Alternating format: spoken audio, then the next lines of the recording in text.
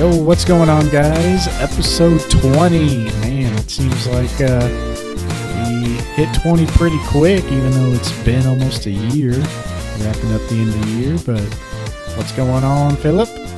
Hey, not too much at all. Yeah, I was just thinking that, Yeah. 20, and it's, I guess, 26 is a year, right? So Yeah, it's just right around the corner. That's kind of crazy. It doesn't feel like we've been doing it that long, does it? no, just every week we just hammer it out and creeps up on you for sure. Seems like we were in the single digits because right before we start, I always ask, like, all right, this is episode 20, right? But it seems like I was saying single digits not too long ago, but here we are. But welcome, guys. This one is an era episode. So we're going to do this series, and granted, this is going to be spread out.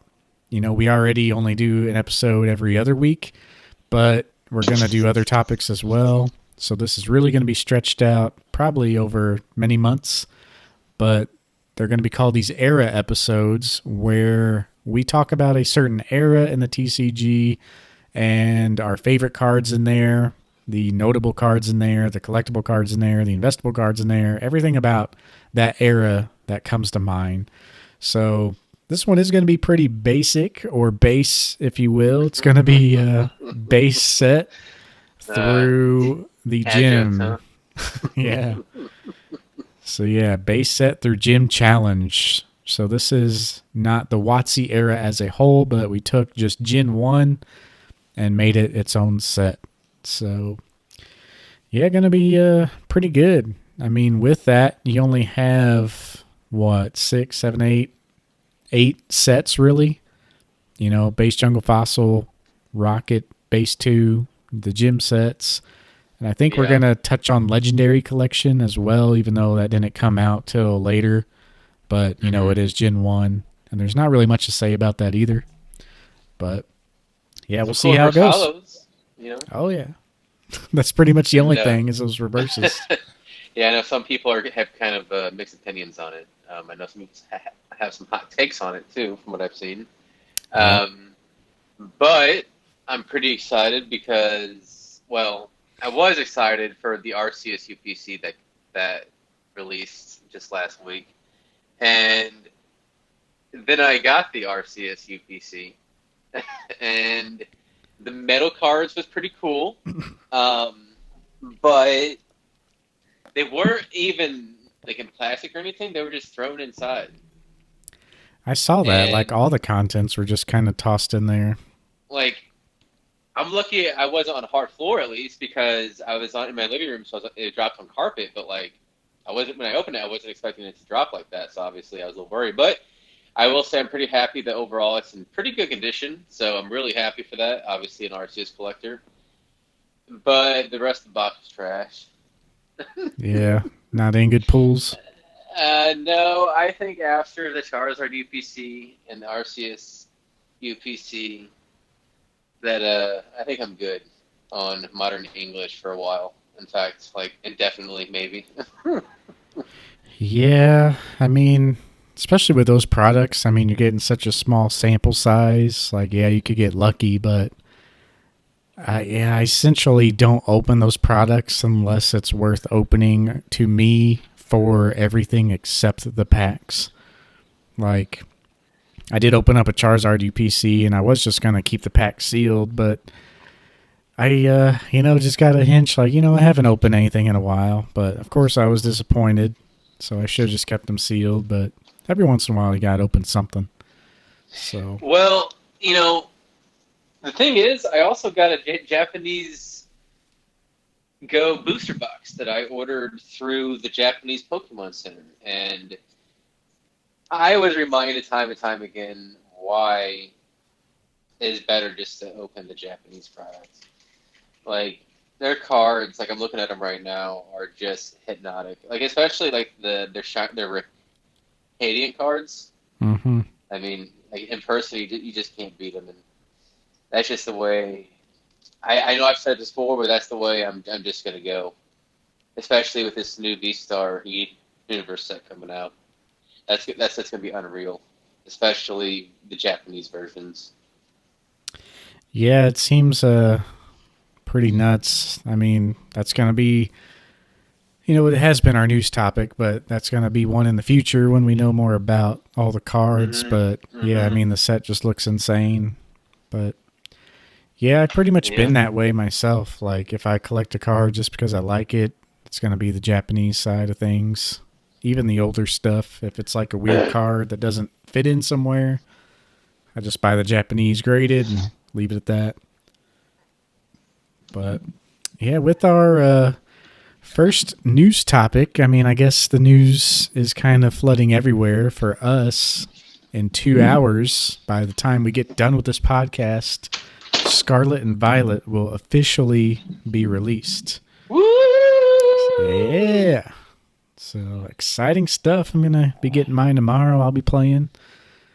And I'll have to be driving up to GameStop, I think. I didn't pre-order it because they had so many of the Gen 4 remakes, Diamond and Pearl, that I feel like I'm okay not pre-ordering. Like, that's how many I saw. They had just displays of those games set up. So. Oh yeah. Yeah, for games anymore, I mean it's never been a problem even 10 years ago. I mean, the only reason you really pre-order things is to, used to do it just to have the experience, to be the first one to get it. You go to GameStop, you wait there in line for hours, and then at midnight you got the game. Then you raced home, sped all the way home, and played it for a few hours. But, that's long gone. Yeah. Like, I remember camping out for Halo Reach. Like, we got there at, 12:30, 1 p.m., during the day. And we were not first in line. But yeah, I made some lifelong friends from that day that I'm friends with Facebook on, that I've hung out with. Like, those were the days, man. Yeah, I did that with a few games. I did that with Halo 2. Yeah. And what was another one? I think it was one of the Grand Theft Autos. It might have been San Andreas. It was either San Andreas or was it 4? I don't know. I can't even remember anymore. That's how long it's been. But yeah, they had GTA 4, which went back to Liberty City. Yeah.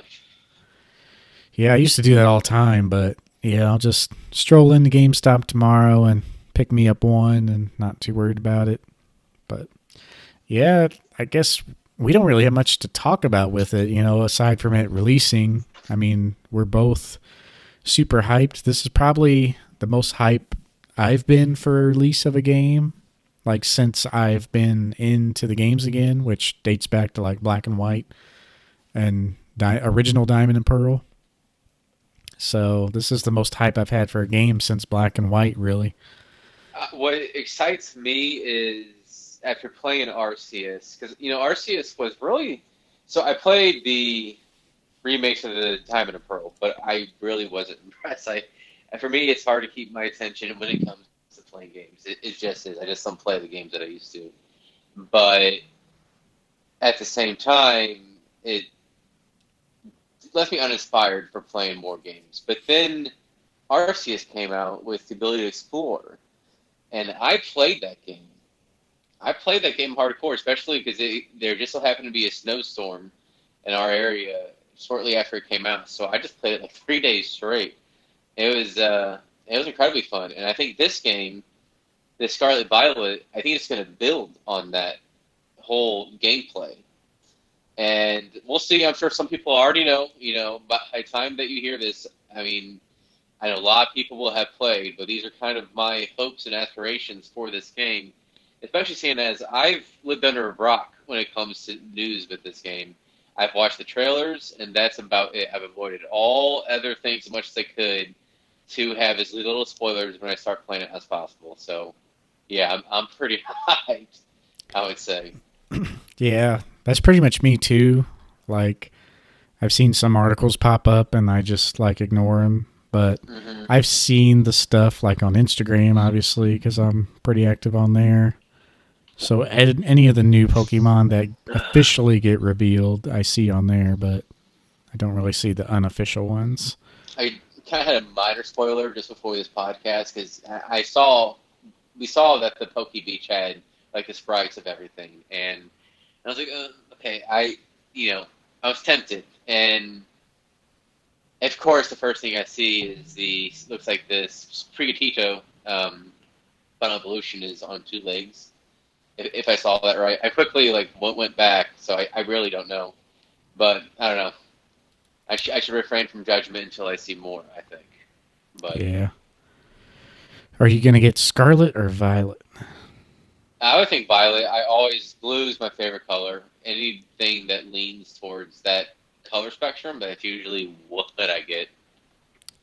Yeah, that's what I'm going to get too. And I think my other friend's going to get that. So might have to trade. Might have to trade for some Scarlet Pokemon, but Well, I was thinking about maybe getting both just as from the collector side, but at the same time, I really don't feel like paying for two games until I actually play it. yeah, I never do. I did with XY and then Omega Ruby Alpha Sapphire because between those four games, you could get every single Pokemon ever in all the games. But they haven't, quickly after that, they went to where like they don't even have every Pokemon in the Pokédex now on the games, which you can't really. There's just so many. So yeah, I only buy the blue ones. I bought Moon, Ultra Moon, so I'll buy Scarlet, but or not Scarlet, Violet. But yeah, I mean, I feel like Arceus opened my mind with it again because you know Black and White 2 had some good story, but I mean it's still not the story level of big AAA games. It's a Pokemon game. You really only play them for the end game of like training your Pokemon and battling, and then maybe not so much shiny hunting back in the day, but now shiny hunting's a lot easier and more involved, and so that's fun to do. But there's so much more to the game itself now too, and Arceus really sparked that back with me because Sun and Moon was just a drag. Um, the Sword and Shield, they were just a drag. The mainline Pokemon games have been struggling for a while. They were already not super special, but you know what I mean. But Yeah. Arceus really opened the door, and some people didn't like how you had to craft everything, but I enjoyed really taking a lot of time and really taking your time with it and catching everything and catching multiples to complete your decks.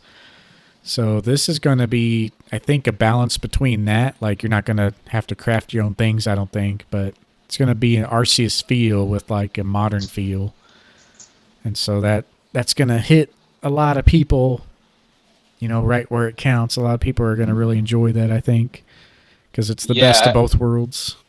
and I think Pokemon can really capitalize on if they can really, really shoe in a groundbreaking game within the franchise, one that people whisper as one of the best out of all the Pokemon games, then I think that can really plant a strong sense of nostalgia for this generation, for not both your Sword and Shield, but Scarlet and Violet as well. And I Mm-hmm. think that can translate to the Pokemon TCG.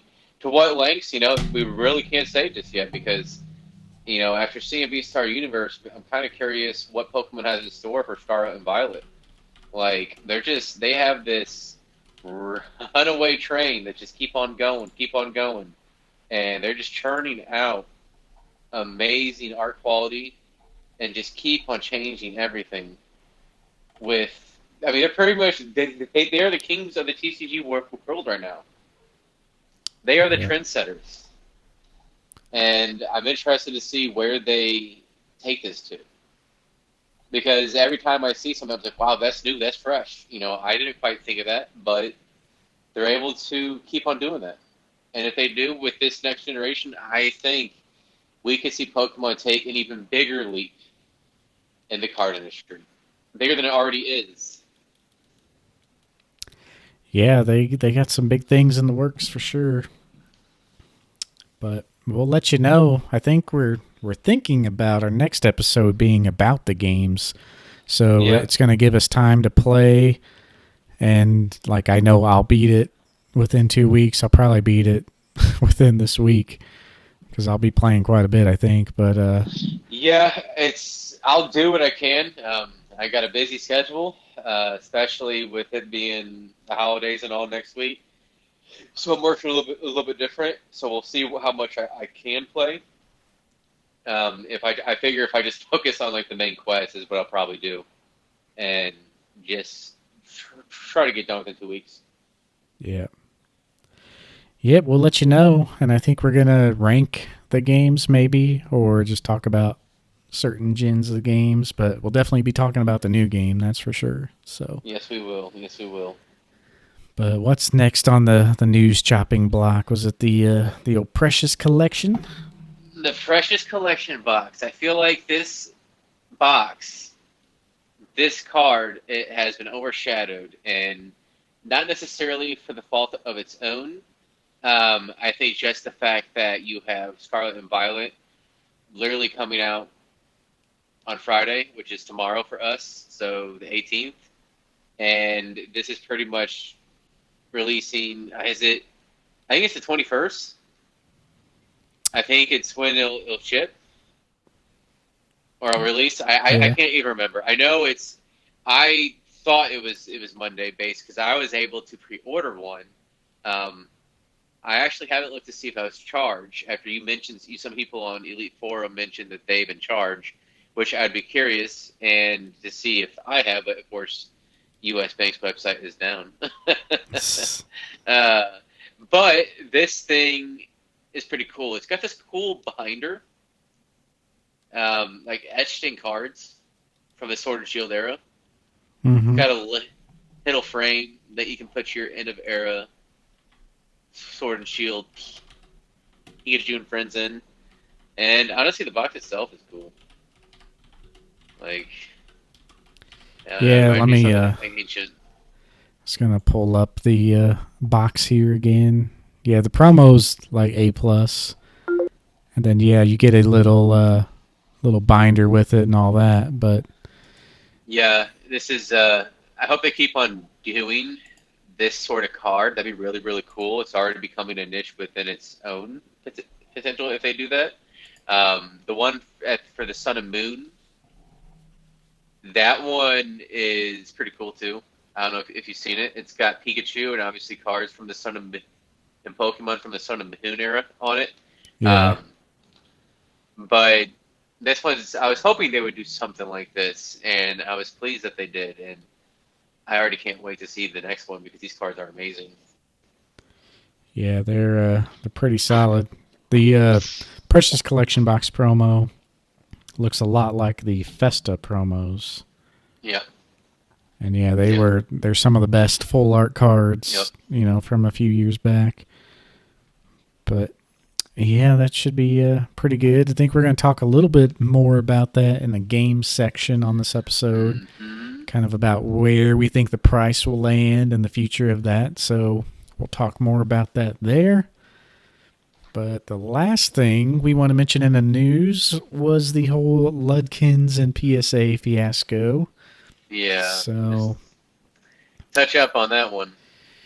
yeah, so if you guys missed what we said, I think we just mentioned a little bit of it last episode, but essentially, people are still waiting for their Ludkins 2020 orders. Thankfully, ours came back and we're not involved in this fiasco, but things were happening where people were reaching out to Ludkins, getting no answer. People were reaching out to PSA and saying, basically no answer, but we'll give an update. And then all of a sudden, PSA released a statement that Ludkins and PSA's relationship was no more, that Ludkins apparently, which it's obviously to me, received payment to grade these cards because you pay Ludkins up front. And PSA was claiming that Ludkins was not paying them to give the cards back. So whether that's a matter of like not finding funds or, not managing the money well, which, it makes sense. I would hate to be a business that like takes all this money to provide a service and then the service just being shut down, and then you're having to run a company while you're not having any flow of money because PSA shut down. So it's definitely a wild thing. And for the most part, this is only talking about PSA UK because the USA branch is a different branch, but under the same umbrella. But as far as I know right now, it seems like they're only cutting ties with the UK, which was known as Ludkins UK. But yeah, essentially the updates we have is that they are now working with each other, and Ludkins has provided the information to PSA with all the order info so that PSA can ship the cards back. Because PSA's original statement was that they're avoiding Ludkins because they're not paying them any money.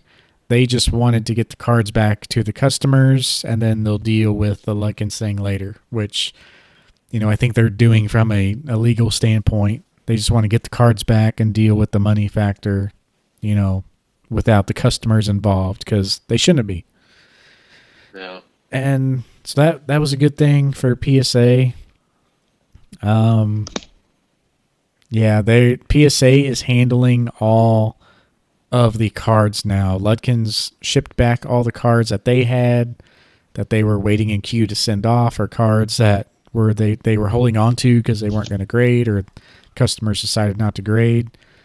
And then PSA is handling all the rest, with Ludkins handing over all the info. So seems like a huge fiasco, but I guess they're working together.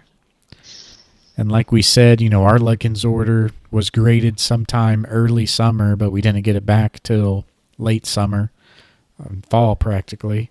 Well, it was more like mid-spring. It was graded, and we didn't get it back till fall. Yeah. Yeah, So, the certain numbers and were definitely older, so maybe PSA is yeah, just holding on to a horde of cards that are ready, and like all these people are just going to get their cards back instantly this month. So that'd be who pretty knows? amazing because it's been a long time coming for a lot of people. We got ours in September, and it felt like it took forever to get our cards back. And, to the people that sent it out October 2020, sometimes I bet I wouldn't be surprised if there's some that might have been even earlier. I mean, you're talking 25 months. Yeah, Ridiculous. Just think about the patience that we all had. And after this time, you just find out they've been done, but the place that you already paid to can't afford to pay their fees. I mean, I can't imagine the frustration some people have, and I feel for them. I wouldn't want to yeah, be that person because I would be upset myself because, a lot of these people, you got some people that have hundreds of cards, even thousands. Think about the lost profits for those people. yeah. It's just mind-boggling and like crazy either way. But yeah, it's like, geez, like how, I don't know, how mismanaged it is just surprising. But Yep. seems to be working its way out now. But yeah, it's just a bummer. And it is pretty easy to submit directly with PSA now. That's just going to be the Yeah. future and how to Yeah. go. That's But how we did it this time. What drew me in was at the time, I think the cheapest option for PSA was $20, but if you went through Ludkins, it was as little as $9 a card. So we went that route, and because obviously we weren't just talking about 2025 cards, we were talking about 60, 70, 100 cards being sent out, being able to reach $200 for the lower tier through Ludkins. I mean, that's why we went that route. The price point allured me. However, sometimes you pay for what you get, and yeah, that was one of those times. It really was. I mean, The one order, like the second order we received back first, that was amazing. But I'm fortunate that we just had that. Honestly, after looking back at everything that has happened, I am just appreciative of getting that order back when I did, which was last December, or else I would have be eaten at a major loss here. So Yeah, it's kind of crazy to think about. But yeah, I guess that pretty much does it for the news. We can hop on into the main topic, I guess, huh? here we go. Let's do it. I'm ready. We've been talking about this episode for how long? Uh, It's been a while. quite a while, yeah. We Yeah. always had plans to do this, I feel, but yeah, for the old base set. So, like, what do you think of when you think of base set? Well, I mean, what does anybody think of when they think of base set? I think obviously it's the base set versus Charizard. I think that is the clear number first thing, and I think after that you're probably thinking obviously the trio. And obviously there's a lot more to that, especially for somebody like Nathan and I that grew up as this was being distributed, real time, the OGs, if you will. And there's obviously stories tied to these cards and these sets as well. Stories that I think a lot of people have that, for not just our generation, but in this case, especially our generation, for this set and these cards and this everything. Pokemon, it started it all. Everything. We wouldn't be talking about Scarlet and Violet if it weren't for the original base set. And I think when you consider not only at this point the historical impact now within the hobby, but the cultural impact of Pokemon and this set, I mean, I feel like it's almost underselling it when you just talk about the top three cards are the first things you think of, or this through this set is the starters, is the fully evolved starters, Blastoise, Charizard, Venusaur. But that's what I think we all think of, or at least I would think a good portion of us would. Yeah. So yeah, I mean, that's something we got to talk about, too. It's like some people might see this episode as like, almost redundant because everyone knows these sets and Mm-hmm. what they bring. There's no surprises. There's no like sleepers, if you will, or No. things like that. There's not even any secret rares except for one when you get into Team Rocket. Rocket. But yeah, we're just going to talk about, what it means to us. And yeah, like you said, I mean, the big three obviously are Charizard, Blastoise, and Venusaur.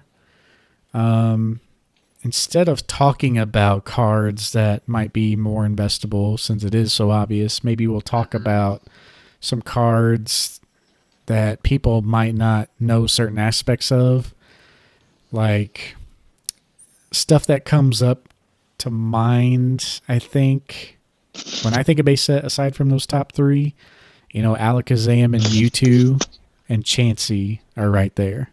They're number three, or they're number 4, 5, and 6, rather.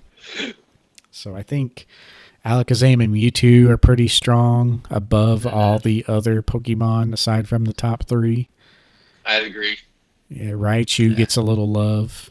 I would say Um, after that it's Raichu or Zapdos, or maybe Gyarados. I would put the Zapdos above Raichu or Gyarados, but yeah, that's how I would do it. And then I would probably do Gyarados, Raichu. Just the Raichu I was on. I was like, the Gyarados, I guess because blue is probably why I like it. Blue is my favorite color. yeah. So, Yeah, and the only other thing like notable really is, great ability with Chansey. It's mm-hmm. obviously a white background, Clefairy as well, but I think Chansey proves to be a little harder. Um, any card with a white background, especially old cards, are hard to grade, so that might be something people don't really pay attention to. Hitmonchan as well, because it is kind of a plain background, and there was a pretty good deck with that, if I remember right, back in the day. So a lot of those were actually played with. Same with Blastoise. Blastoise was like the best. He was way better. He could smoke the Charizard. He was, yeah, So, his main counter. so yeah, a lot of those are played with as well. Um, I don't know if it's true much anymore, but the uncommon slot used to have a lot of problems for some reason, like the War Turtle, where it was positioned in the pack. It was always susceptible to more damage and had a lower pop than normal, but now with everybody grading everything base set, I don't know if that's the case anymore, but before the hype, like this was like before the Pokemon Go hype. I mean, that was kind of a thing, but it just kind of dissolved with everything else. So I don't know if that's even a thing now. Um, I think we're gonna do another episode probably. About air cards. There's lots of air cards in these earlier sets, but that definitely Yeah, I'd say deserves the its own. Hitmonchan was one that came to mind. Yeah, It the was War Turtle. Since we were talking about it, there's the Air yeah, War Turtles that came to mind for yeah, me. But the Ninetales. yeah, So, but yeah, you got any but cool stories about base set? I know you told your Charizard story, but yeah, I had the Charizard story, and um, I think I've told this story with the Pikachu I traded for a Wigglytuff. Obviously, the Wigglytuff isn't in the set. Obviously, on the hard streets of elementary schoolyard that was public school. No, obviously not. But there's a lot of trading going on back in the day, and a lot of Pokemon on in recess, and it was everybody. I swear, it was everybody. Everybody was trading. Everybody was playing. It seemed like, besides that group of kids that always seem to do their own thing, but like, or the ones that we don't do Pokemon, because there was a thing with Pokemon being like satanic. Yeah, that actually did happen. mm-hmm. and but ultimately everybody was trading, and I think for most people there was some sort of consequences that occurred in their school from everybody playing Pokemon. And one of those reasons was, I think, there were people getting ripped off sometimes with trades. And in one story I have, there was a guy. He wasn't, you know, I guess he didn't know much about Pokemon. He wasn't. He also wasn't exactly the smartest guy. But I sold him on a Pikachu for a Wigglytuff Hollow, and then everybody started telling them that you got ripped off, dude. And unfortunately, the teacher, with him by her side, came into our class and said, "You got to give it back." And I obviously was very upset. I Like, felt dang slighted. it! Yeah, I had it. No. I feel And like. Oh, go ahead. I was just gonna say, and I swear, the very next day, obviously, it wasn't just because of me. There was plenty of issues with Pokemon being played. The very next day, Pokemon was banned from like play. Yeah, you were the reason. Yeah, I'm just a terrible human being. I know, I know it, and honestly, that was happening everywhere. But kids are getting beat up for certain cards if they couldn't agree to a trade. I know there's some kids that just be like, "Get him!" No, not quite like that. It's like, he's got the Charizard, But I I do know there were like fights that occurred because of it. I saw it firsthand. Luckily, I was stayed out of that. I did see it. And there were like that's how big and passionate people were about this. And sometimes it felt like we were all in a jail yard, and our currency was cards for Pokemon. Like Pokemon cards. So I don't know. I remember a lot of that when it comes to base set. I didn't care about first edition, Shadowless. To me, it was all Pokemon. And I now, as a collector, I understand the importance and the scarcity of first edition, especially better condition for first edition cards. But that's cool. But to me, what mattered to me was just the Pokemon cards themselves.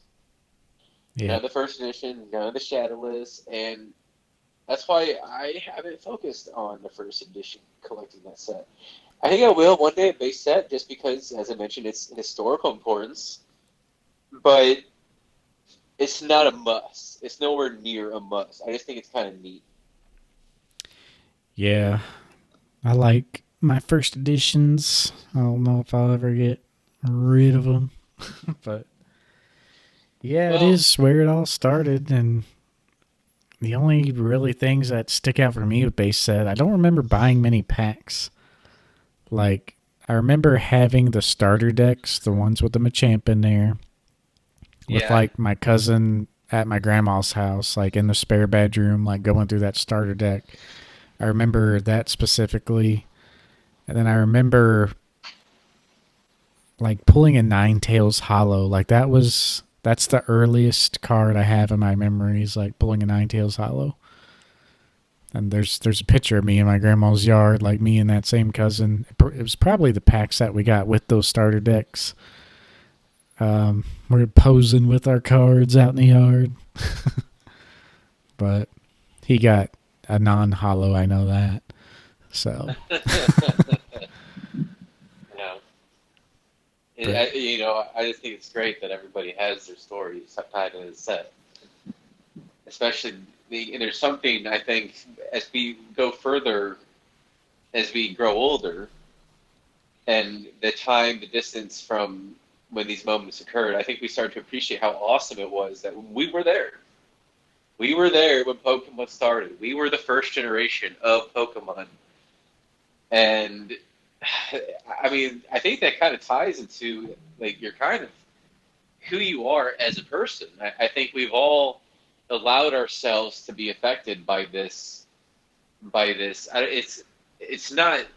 It's almost like an entity in some ways. I know it's just a business, but it's became more than that.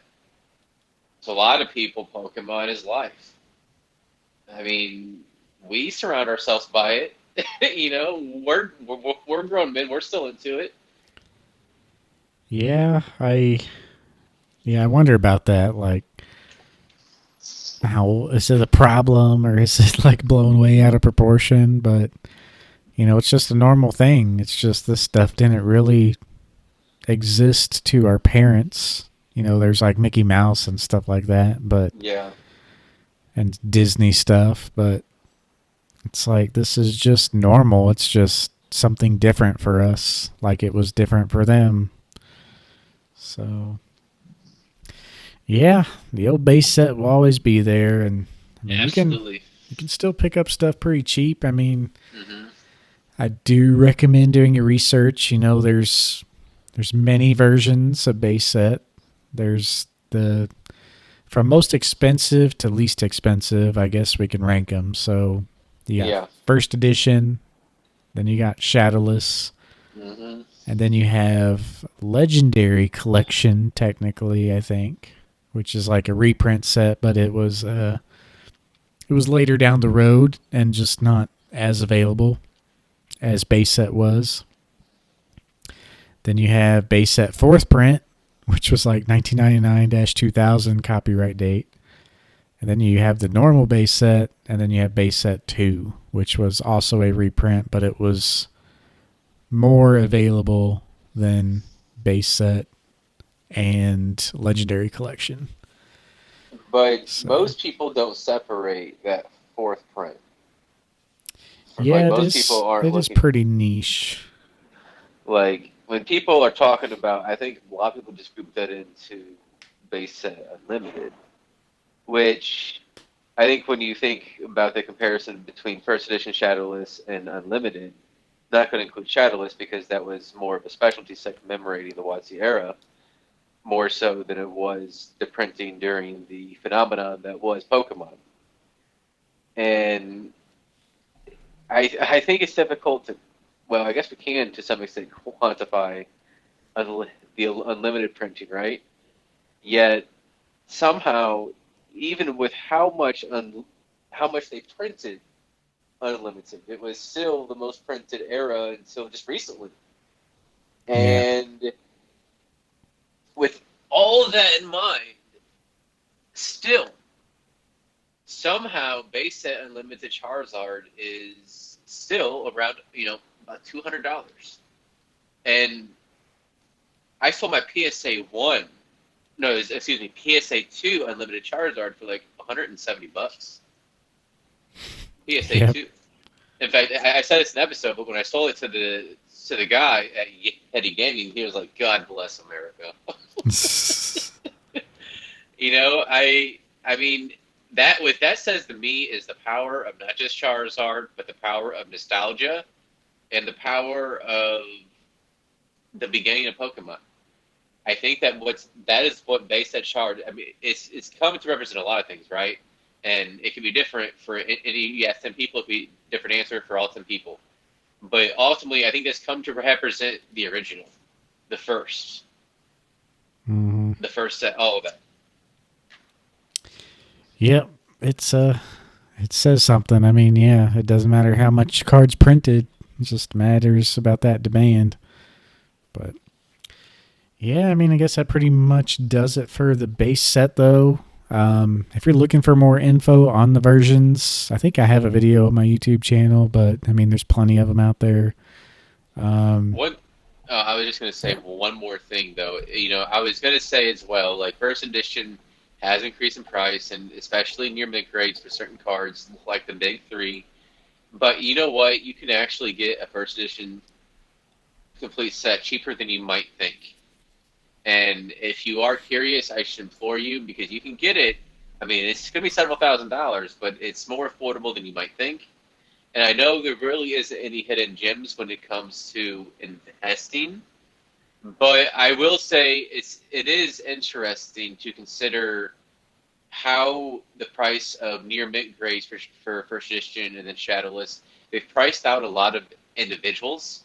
Now we mentioned how much unlimited was printed, and so the scarcity factor is really working against it. But for a lot of these cards, every other factor is working for it: the art, the Pokemon, the story, and the nostalgia. So what's interesting is I don't expect Unlimited to ever go crazy in price, but I also expect it to always, I shouldn't say always, but I do expect it to mostly stay steady in price, especially for the big hitters. Mm-hmm. And if not for big increases, well, I'll reword that. Excuse me. I think that Unlimited would be the first ones that could potentially see a spike anytime there's a big interest within the hobby. Because base set, it seems like what a lot of people go for, especially the original sets. So I'm not saying you should go ahead and invest in near mint Unlimited, but I am just saying it is an interesting way of going about things if you're interested in collecting base set, but you can't afford the price entry for the same quality of grades you're trying to find for first edition. Because let's face it, as collectors, we always want the best condition possible that we can get. Yeah, and yeah, it's I mean, yeah, that I guess base set just goes in waves, I mean, Yeah. I don't know how many more waves we could have, but yeah, anytime there's a hype, everyone goes for base set. I mean, everyone needs a base set, Mm-hmm. So it's I mean, overall, the better cards are more steady, but at the same time, I think if you enjoy the original art, like for me, I don't mind collecting near mint unlimited because to me, I love having the condition, and honestly, they're still affordable even though they have gone up in price substantially from where they were. Yep. So yeah, that brings us to Jungle, and we don't have to, but I like talking about Jungle and Fossil together. Okay. Because I don't know, those two, base set's its own thing because it's the first set, but Jungle and Fossil, they're probably the cheapest sets. They were printed in mass, just like base set, like a ridiculous amount. But their cards are also like not as good condition. They're, not as desirable Pokemon. Each set has their kind of key cards, but Yeah. I mean, other than that, I mean, there's not too much going for him, unfortunately.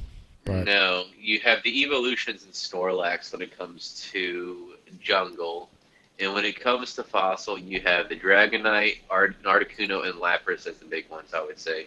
I suppose you could also mention, like, the other legendary birds in Raichu, but Gengar's in there. Gengar, yeah, as well. Would be the big ones. So there's definitely more in Fossil compared to Jungle, because Gengar to this day has huge fan favorites. You know, he's one of my personal favorites. I mean, he's amazing, and I think that arc's pretty great, honestly.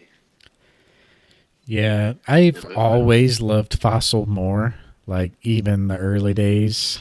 Because, I mean, if you take out the evolutions from Jungle, Yeah, man, it's rough. I mean, none of the yeah, hollows in Jungle just really do it. The Snorlax is okay, and then the evolutions, but man, every hollow besides that, it's just rough. Like, not even like bummed that you pulled that card, but like it's like super cheap and just real bummed.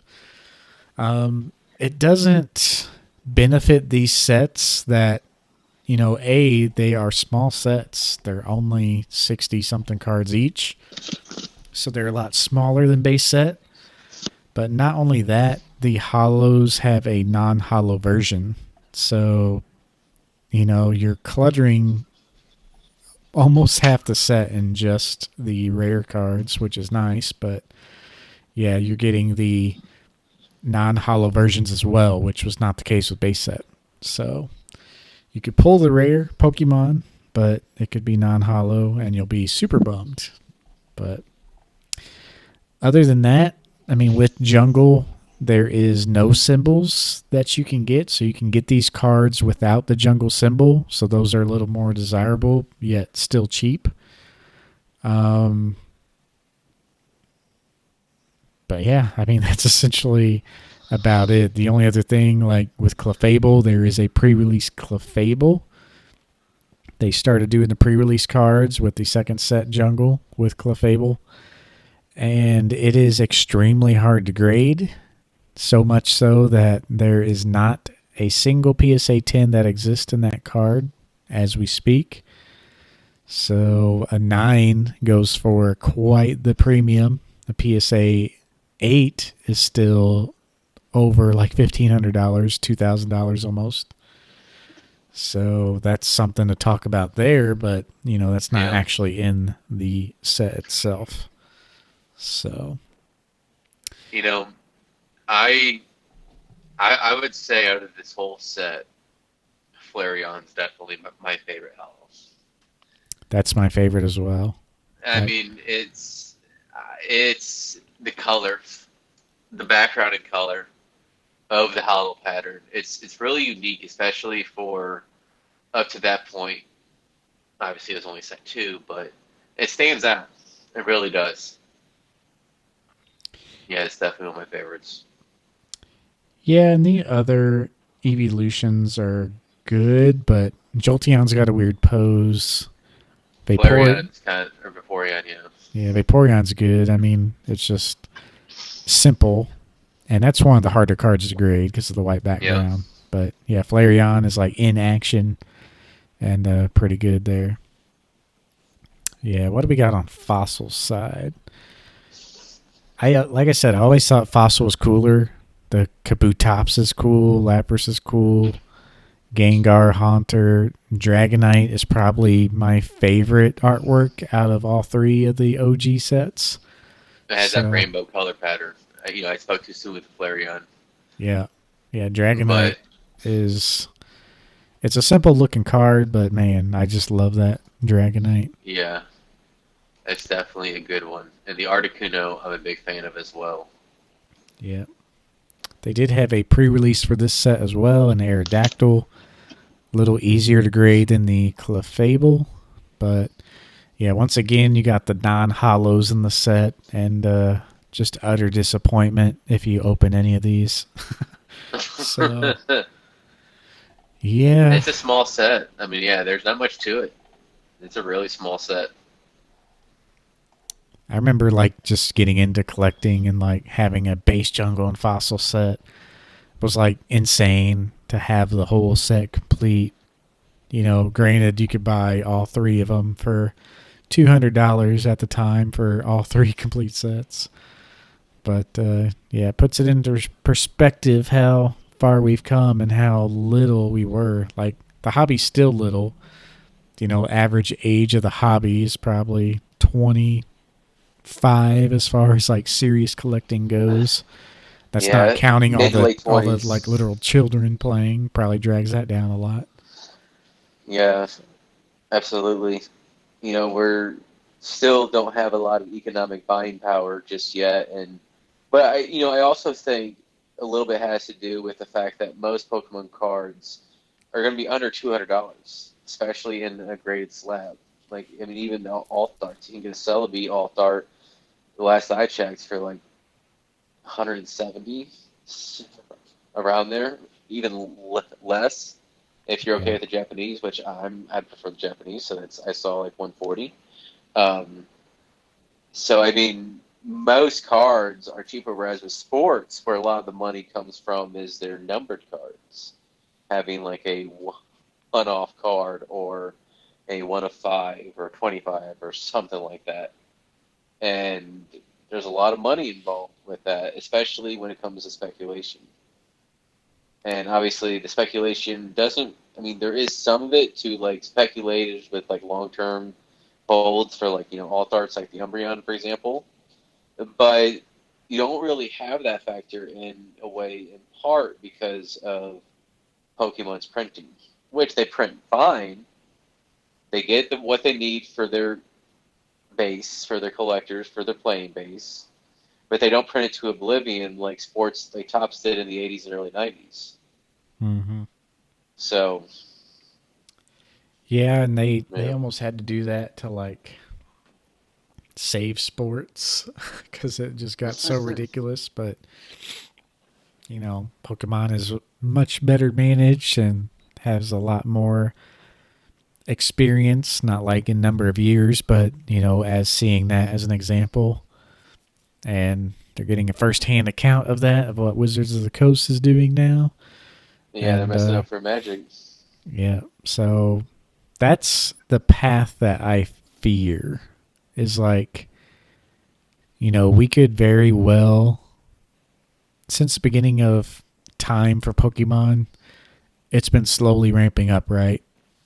And even back in the black white era, you started noticing more secret rares, more variants, more changes to make the product more exciting. Well, you just keep going and going and going, and eventually, like, where do you end up? And just seeing the progression from 2016 till now, like, it scares me how much we've jumped. And if you look at, you know, V Star Universe Crown Zenith, how crazy that set looks, you're just like, Yep. holy cow. But But we can go further. but But wait. I do want to come back to that though, because I think you got a good question, and I'm saving a response for that. But Yeah. that's what I fear right now. But we'll come back to that. But That's why I'm not really biting too much into it. I would like to say something, but I'm not because, yeah, yeah, I know it's kind of hints at the question I have by the end of the show. But these sets I still consider a part of obviously like the original 151. And as somebody who grew up in this era, obviously I feel like they just all blend together. Obviously they're distinct; they're the separate sets, obviously. But to me, it all blends together because I was there for the whole era. And one way to think about in the future is how that's going to be with little kids that might want to try to collect. Good luck; it's not happening. yeah, I know. Like But collecting was so easy all the way up until like black and white era. Like I can't remember the set, like Plasma Freeze or Plasma Storm or Plasma Blast. One of those. There's a couple of them. I remember when that set came out, like that was the moment where like 1 to 2 secret rares went from like 6 secret rares, and then 6 secret rares went to like 6 secret rares with 6 more full art variants, and then like 2 sets later you're at like 12 or something. Like it just really ramped up. So full arts became a thing, and then yeah, it just went crazy. And it's like impossible to collect the whole set today. Yeah, and I know things have lowered, for a lot of Sword and Shield set in terms of price, but when you have a 300 card set and there's like 60 secret rares in there more, you're trying to do that for every set, or you get a portion of the sets in the era. I guess you just kind of will pick and choose, but it it gets expensive fast. Like we talked about how really Neo Destiny is the real first expensive set. Although Neo Revelation kind of jumps up a little bit, but Neo Destiny really gets expensive, and you're talking about some sets that are going to be even more than that when it comes to Horde and Shield. Mm-hmm. Yeah, it's just ridiculous across the board. But yeah, we'll get to that in that question. But yeah, so next up we have base set 2. So the demand, despite the print run for base set, keep this in mind. Like you said, base set was like the most printed Pokemon set ever until like this year or late last year. Base set 2 came along because the demand was still so high for base set that people couldn't find the product. I mean, there's still plenty out there. People are still opening base set boxes, but base set 2 was reprinted to make it more accessible, more playable, less expensive. So we kind of touched on that. So that's why that's like the cheapest version. Had the same artwork, different hollow pattern. Instead of the OG Starry, you have the Galaxy, and it looks cleaner.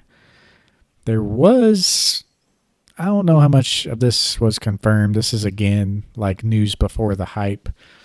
I think a lot of this stuff gets buried now because there's just so much going on, but these stories tended to develop prior to 2016 and have some meat behind them. But essentially, there was a story or a confirmation that Pokemon had, all the printers and the blades of the printers lined up for base set, and they used the same equipment for Jungle and Fossil.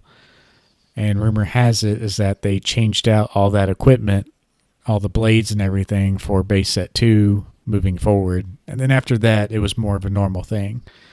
But you do see some pretty bad cut lines and silvering on Jungle and Fossil. I don't think that's a coincidence. Base set, it's kind of run-of-the-mill, mostly bad.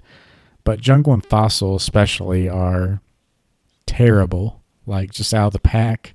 Not even just print lines, but the cut lines themselves. So that's why I think you see a lot of silvering on Jungle and Fossil. And then you make the jump to base set 2, and just the quality, goes off the chain. As far as old stuff goes, it's still not crazy good, but you know what I mean.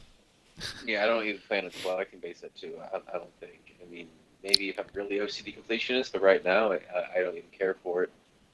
Yeah, I'll buy a Especially, Charizard just because the Galaxy looks clean and everything. But yeah, I mean, it's not special really.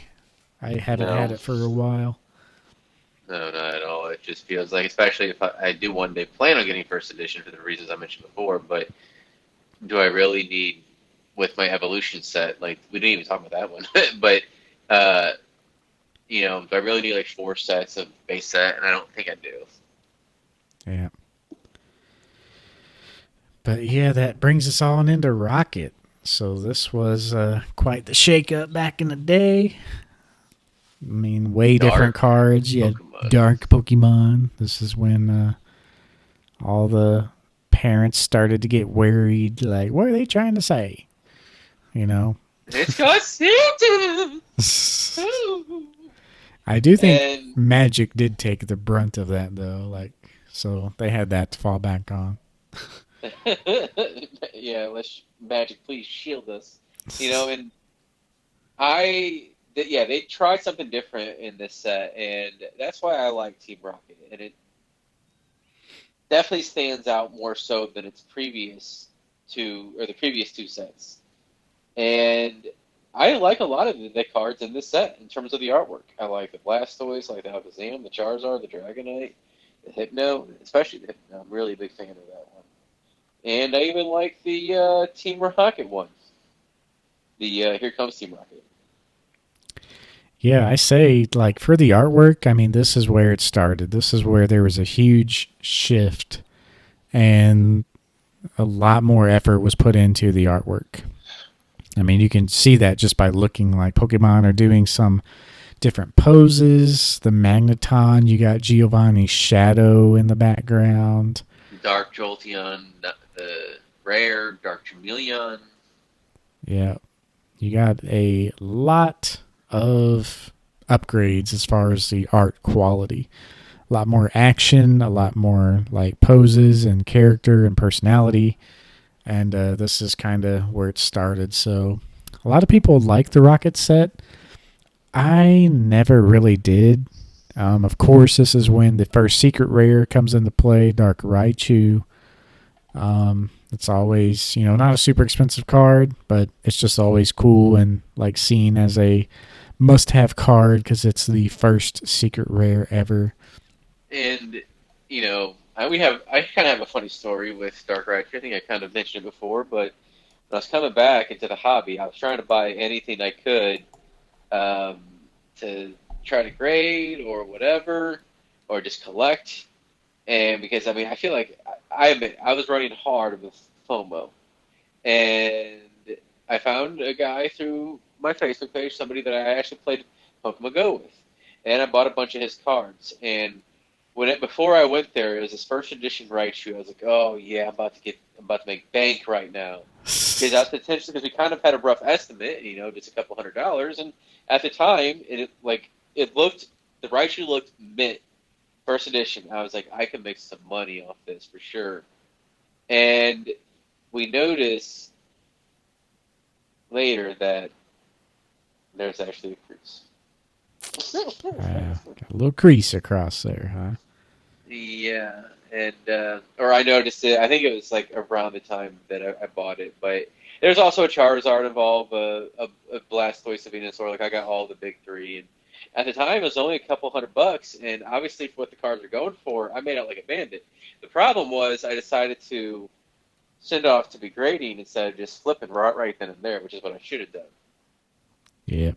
But I mean, obviously I got my money back because like the Charizard itself almost paid for that I paid for the whole thing.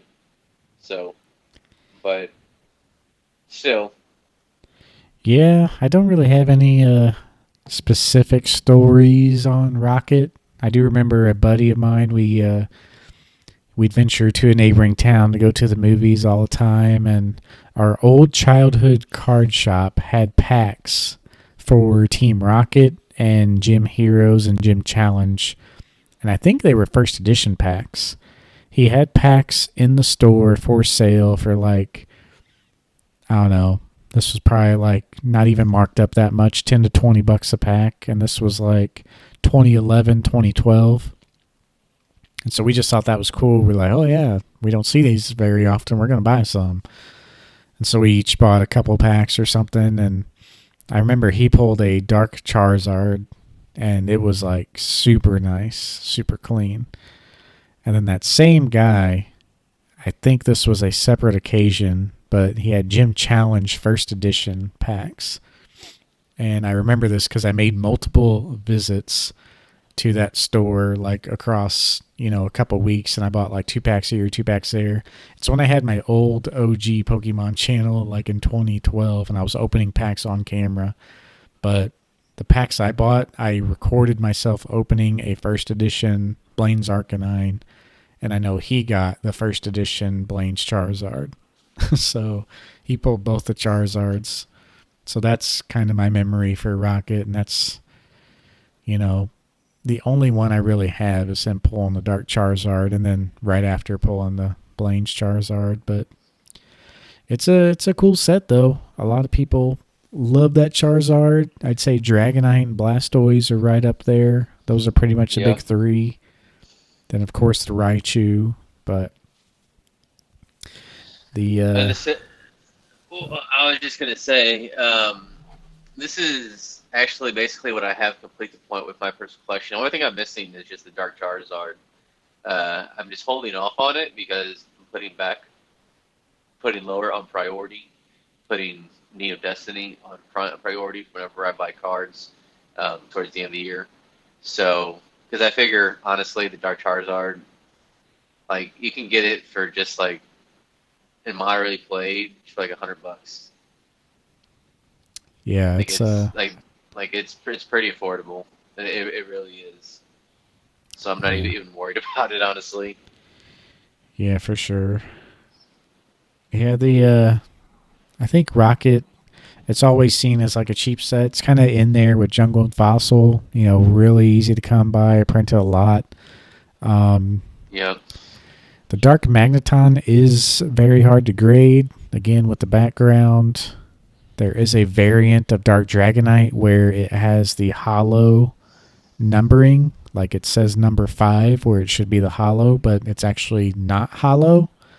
So that is like the biggest chase technically for the set. Because yeah, it's a very significant, very rare air.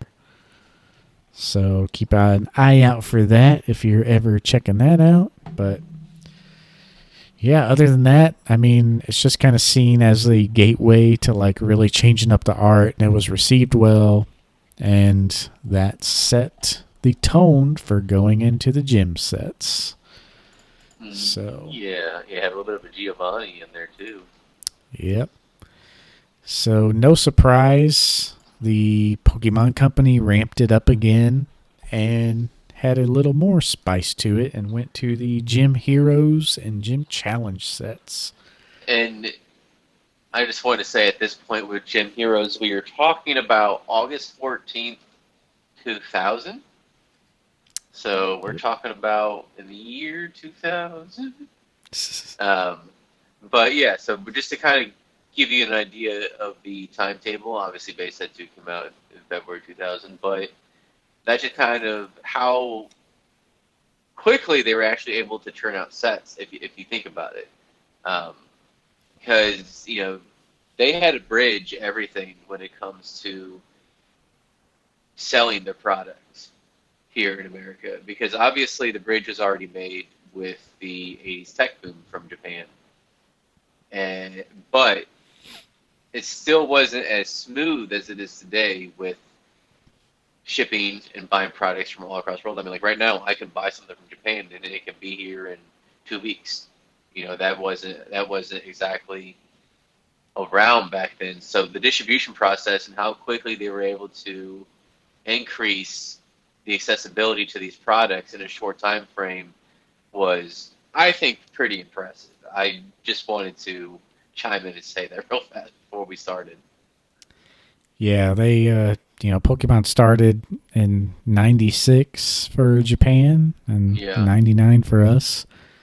So, yeah, it was really a catch up game for sure. Yep. Yep. I'm actually curious. I'm trying to see when the original base set printed. I can't remember. Do you remember when that released? Because right now, apparently, Pokecollector just is sucking it up right now when it comes. For English, Yeah. I want to say, for some reason, September 99 pops in my head, but I'm really having doubts on that. But Yeah. But I know it yeah. was like Anyways. later in the summer. Let me see. Mine seems to be working here. So, oh yeah, January 99. So maybe I'm thinking of 98 because I think there was something that happened early right before in 98. But yeah, it looks like January 9th, 1999. Interesting. I remember going to Toys R Us with my brother. I felt like I was wearing shorts, but maybe not. It might have been when released, but it wasn't until spring, maybe I think, when we bought the cards, and they're pretty pricey for back then. These cards were, and there's just bins full of them at Toys R Us. Oh man, Toys R Us, right? Remember Oh yeah. that? I remember. Remember N64? I remember. Like you could play all those games at Toys R Us. So it's a part of the experience, and there's something truly magical about buying these packs, even from base set, Team Rocket, and even Challenger. However, a lot of people that were in it when base set began, it slowly, let's face it, kids' interests are fickle. They change quickly. And a lot of people were in base set, but by the time you got to the gym sets, there was, within a year, people had lost interest, or kids had lost interest and moved on to something else. Maybe it was baseball, maybe it was Yu-Gi-Oh, maybe it was Digimon. I mean, I was a big fan of Digimon. I watched Digimon too, but who knows what it was that they moved on to. But for me personally, I don't have the same level of nostalgia when it comes to the gym sets, and I feel like I'm not the only one that has experience for somebody in our age group. I feel like my nostalgia for the gym sets is probably peak. Like, I like the other sets, but getting back into the hobby and like me and my buddy buying those gym Mm-hmm. sets and me actually opening them on camera when like the biggest YouTuber was primetime Pokemon with 50,000 subs.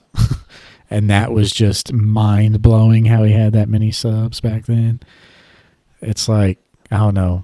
I just love the gym sets. And to me, like, yeah, Rocket took it to the next level and really upped the art. But, I mean, there's just something about the gym sets. They up the art even more. And the Mm-hmm. quality and the style just really hit it on the head for me. Like, I feel like Rocket, they updated the artwork, yeah, but the Pokemon style and how they drew them kind of stayed the same. But this, they had an updated, fresh look, and they were just, obviously cleaner, newer, more poppy looking cards. And a lot of these, like, just looked amazing if you found one in good condition. One of my favorite things, or I guess type of cards from this set especially, were the Hollow Trainers. I was a big fan of not just this set out Heroes, but obviously Gem Challenger as well, in Yeah. terms of their trainer hollows. Giovanni, obviously, right? But not just Giovanni, but I like the Erica one and Brock, and the Misty. I mean, that's really really neat. I do enjoy those cards, and right now I am not trying to collect these sets, but I know probably in the back of my mind that I won't be surprised if I start collecting this set too, because you're right. I mean, you're absolutely right. They build on top of each other. They really do. And when you're looking at the beginning of where Pokemon all started with their designs, with everything that they've done with innovation within the TCG world, and it is interesting seeing it as you analyze each set. And as we're going through these sets now, I think it makes it stand out amongst its sets of the same era, and I think that's really cool to see. Seeing that progression, that development that we're still seeing to this day, right? Yeah. For Pokemon, within the same generation, you saw how they changed and developed, and they weren't afraid to do it. They wanted. I think you need that variety. You need that spice to keep on changing, to keep on to have people coming back. And people don't want the same thing, but they do in some ways, right? Like they want Pokemon, but they don't want the same thing with Pokemon. They want variety. Yeah, that's kind of what I was saying too. Like you just see it in the gym sets. Like it looks so much newer and fresher than just one set before in the Rocket. Like you can Mm-hmm. tell what they were trying to do, Absolutely. but then the gym sets come and then bam, it's like these cards look so fresh and it went right into Neo. Like all the Neo sets look like this, like newer, fresher, awesome artwork. and it sticks. Like this style from the gym sets sticks all the way up until the E series came along. So it's just, yeah, really really cool artwork. Um, yeah, and the trainer hollows were amazing as well. I love how the two sets complement each other. Like the first one is like Yep. the first four gyms, and the second one is the second four gyms. Tons of cool artwork. I mean, some of the chases. I mean, it's kind of harder to tell the chases in Gym Heroes. I mean, you got Moltres, Gengar. and Gengar, yeah. You actually got two Moltres. You got Blaine's Moltres and Rocket's Moltres. Hmm. But other And than yeah, other, yeah, go ahead. saying other than those two and Gengar, I mean, a lot of the other ones are cool, but none of them are like an obvious chaser. No. I do personally. I like the Erica's Dragonair. That's one of my favorite cards in the set. Yeah, for sure. Absolutely. You know what? I think what kind of also makes Heroes not quite stick out compared to some of the other sets is it does a lot of things well, but it doesn't have things that it does the best at out of any one thing. It has great art, but it doesn't have as great art as other cards and the sets around it.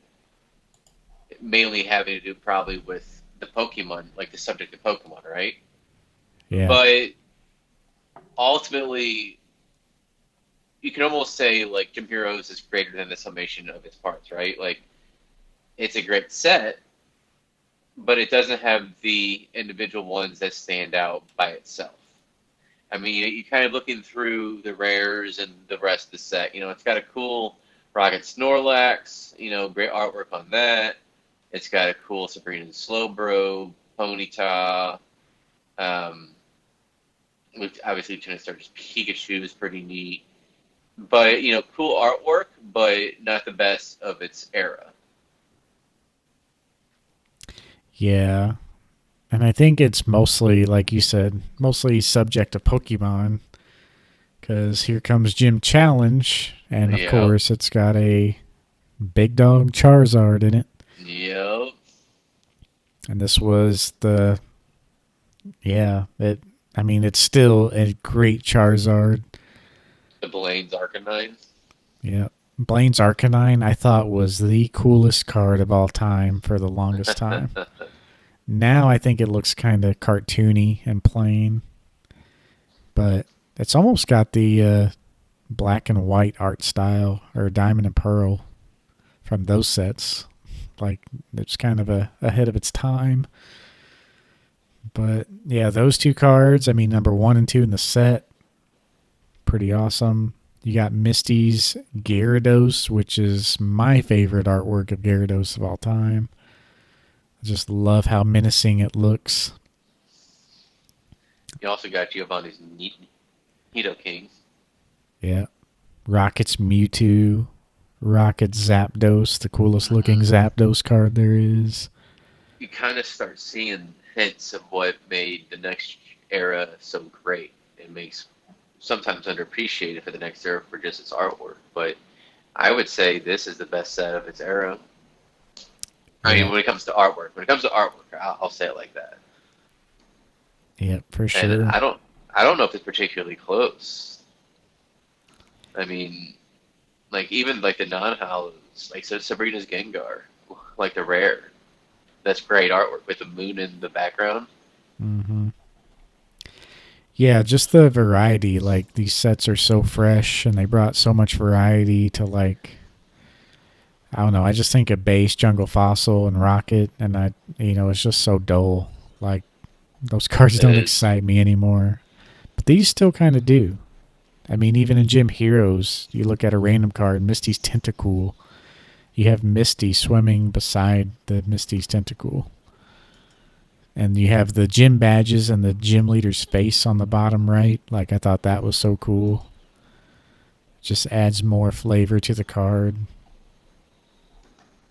And Just, even like the trainer cards have unique artwork too, yeah. even in Heroes. And you I'm looking at Sabrina's Hypno and Jam Challenge, and that to me, that artwork sticks out. Yeah. That's unique artwork. And Hypno to me, I love Hypno, right? So obviously as a kid, trading was easy with the link cable cord with for Alakazam and Gengar and all that. But as I went back and played that as an adult, I didn't have the blue version or somebody else to trade with, like their Game Boy Color or whatever. So I made do with Hypno. Hypno's a beast, man. Yep. Like he became like to me one of my personal faves because of that. Like when was it? As you leave the what cave is that? As you enter Viridian City, right? I'm trying to think of There's a the Diglett cave in there. Then yeah, it's there's that another first one up cave. north. I think that's the one where you go through all the Zubats. It's been a while since I played the game, Oh, that's every but cave. you can't escape. That's and still in the games today. you just can't escape from escape pro, please. Oh, you can't escape. And they have those. That's all our thing with the games and how difficult those games were as a kid. You had to be ready. Like you go in that cave. It's like as a kid, maybe you had a strategy guide, and maybe you had an older sibling. For me, that was kind of both. But overall, I was still a kid. I wanted to beat it on my own. And I had to learn the hard way because I didn't really know about types. So I just strong armed it through, just keep on powering up. And Elite Four was rough because I didn't understand types when I was like 8 years old. It's not. I just didn't really think about it. What was all? I just wanted to play the game. I guess I just didn't have as much strategy, but it made the game a little more difficult. But I still love playing it. But regardless, it was difficult getting through these caves. Like, oh, you are beat down by the Zubats in this cave. Oh, guess what? Here's your rival. Yeah, good luck. But anyways, in those woods, before you face Misty in the games, there's like this set of brush where you can find Drowsy, and I would always try to find it to catch Drowsy at that point. So then at that point on, like basically before the second gym badge, I had a strong Psychic type. And obviously in Gen 1, the Psychic types were absolutely OP. They were bonkers. And, like one of my favorite combinations was hit him with the old Razzle Dazzle with the Hypnosis and Dream Meter combo. Devastating combo. Absolutely. Razzle dazzle. Razzle Dazzle, little shake and bake right there. And, I just think that when it comes to these cards with the Gym Challenger or Gym Challenge, that it reflects those games to a large extent as well. And like right? Like I think about the 8th gym badge, Giovanni, and his Nidoking, especially his Nidoking and his Golem too, right? Mm-hmm. Fisher. Or Earthquake. And to me, like that's what makes these sets so great. Because they do reflect really what a lot of us recall when we first fell in love with Pokemon, and that was the game. Obviously, there's a show, right? But we all remember the games, and how much time we invested in them. We beat the Elite Four several times over. We level 100 our Charizard. All the crazy rumors surrounding how to get Mew. You heard them, right? Or there's countless things that you heard, and people were just obsessed with these games over. I mean, us included, obviously. And these cards, I think, do a good job at celebrating those games. Yeah, I remember Mew being under the truck, or Yeah, right. Yeah, it was just so weird. The missing no glitch, and Yeah. Getting back to Gym Challenge and Gym Heroes, like the anime and the importance of the anime and like every kid watching it. Yeah. Like the trainer cards in those sets, like you said, trainer cards are good, but they're good because they're like so iconic. I mean, you have Sabrina's psychic control, which is like Sabrina from the game, and you Hmm. can relate to that because you know how she was in the anime.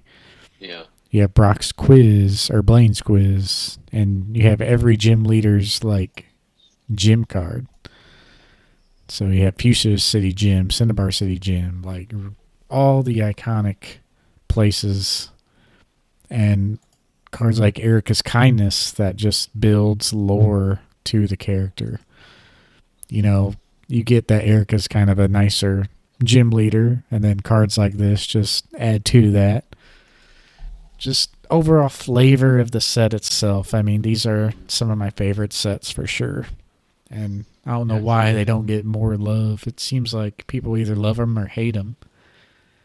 You It's know, like, I'll be the first one. I didn't really care for it at first when I first got into the hobby. I was one of those people, but as I've developed more to binder sets and collecting WotC, I've grown to appreciate it. Although I haven't mentioned the gym sets, obviously, as collecting, and it's just I love them, but it's still outside my spectrum of immediate interest mainly because, while these are great artwork, I only opened a few packs of this set or these sets. I mean, I had Lieutenant Sturgis Firo, um, and I had the Giovanni and Erica's or the Erica Trainer card, and I think that was about it that I had from, or maybe it was Missy Cedra. Like I didn't have a whole lot. Like I did not open a lot from these sets. I just remember that, and so that's why to me, I think the biggest thing to me is it doesn't have the immediate nostalgia I have to my earliest connection to Pokemon, and I think that's why it's been a slow acclimation to the sets and interest and possibility of collecting them. yeah. Yeah, they do good in time, and yeah, just so much flavor going for them. No surprises here, other than the obvious chase cards. But with all these sets, I think the outcome is the same. They'll have healthy growth, nice slow growth. Anytime Yeah, there's an overhype, they will definitely inflate, like we saw. yeah. But yeah, you can't go wrong with any of these sets. These will always be the OGs, and Gen 1 is Gen Uh, 1. So, Yep. And obviously, the first editions will always be more, right? Just it has the inherent scarcity factor attached to it. And, as I mentioned with base set, when it comes to high grades for near mint of these cards, and collectors want the best condition possible, but they also don't want to spend an arm and a leg, especially when they might be trying to collect WotC. So inherently, high condition, even for unlimited variants, I believe will stay strong in value and increase, although obviously it'll be subject to more potential volatility. And overall, you also have the overall nostalgia interest in general, especially when it comes to these sets as a factor. But I think you should collect what you're interested in, and if you love the art of this set, and I think near mint of especially the chase cards or certain cards you love is a great investment to go with. I really do. Like you will never ever go wrong in investing in the cards you love and the sets you love. You will never lose ever. The trouble happens when you start making a lot of speculation solely for money. Is when you could start getting in trouble and getting too fixated on one thing, not looking outside of your potential bubble. That's where you could potentially be making bad decisions. and make it double. Oh yeah, Meowth, that's right. Oh my god. Uh, Jesus. I guess it's getting a little later for that. Maybe a It's little slap happens for getting late people. for us. Yeah, yeah. But no, I mean, that's a good rule of thumb. I really do. Like, there might not be hidden gems per se. You might be able to get good deals on some cards, and you still can get good deals on these cards. I think Sabrina's Gengar was running for like around $200 or so. I mean, for a card old and for a Gengar, the very desired Pokemon, that's pretty good. I'd have to look to see was actually going for because it's come down a lot in price from what I saw. Yeah, they still hold their value pretty well Yeah, for good condition. So yeah, absolutely. that is one thing they do hold pretty well. You're gonna have to pay up for these a little more than if you're buying Jungle Fossil, and the Yeah. sets are bigger. There are it's kind of a challenge to collect these because it's actually sizable and a lot of unique cards. hmm So, But but yeah, and I think that that shows collecting your even in unlimited reflects that these WotC holds a lot of power for nostalgia and for people's enjoyment of Pokemon and just being the first as printed. And I think just near mint grades as first edition prices a lot of people out. Near mint grades for unlimited just naturally will stay steady or slowly increase. It might be subject, what might be subject to more potential volatility than that is like when you get to your moderately played condition. But that's what I would stay away from. Like, don't just buy cards just because they're from this era. I think that's a terrible decision. But ultimately, as I said, like just if you collect what you love, when you do your quote unquote investing, you won't fail. You just won't. yeah, that's what I've been doing since day one. Just I don't think I even sold a card till like, well, I did sell some, but if I ever sold a card, it was always to put that money back into a different part of the collection. But yeah, just kind of carelessly collected what I liked over the years. And people who are doing that right now, like we mentioned before, they're going to be the benefactors and benefit from, the next boom. So just got to keep on chucking. One one more thing I want to say, kind of hinted on it with like the cost of a first edition set, but a lot of people shy away from these cards because they think they're too pricey. But in reality, they're not too much more expensive than some modern cards, even in near mint conditions. Obviously, if you go to first edition, that's when the prices can really, really increase. But if you're willing to buy a near mint alt art like a Lugia, you can get a near mint Sabrina's Gengar for around the same price for unlimited. Yeah. Like they're more feasible than you think to collect these cards. However, will that be like that in 10 years? I'm not so sure. I would think not because you have a rate of burning when it comes, like not literal burning, right? But like kind of in some way of like how cryptocurrency like burns coins as it keeps on going through its process of mining. Well, in this way, as time goes by, more and more cards will get dings or more scratches, even more scratches than they might already have.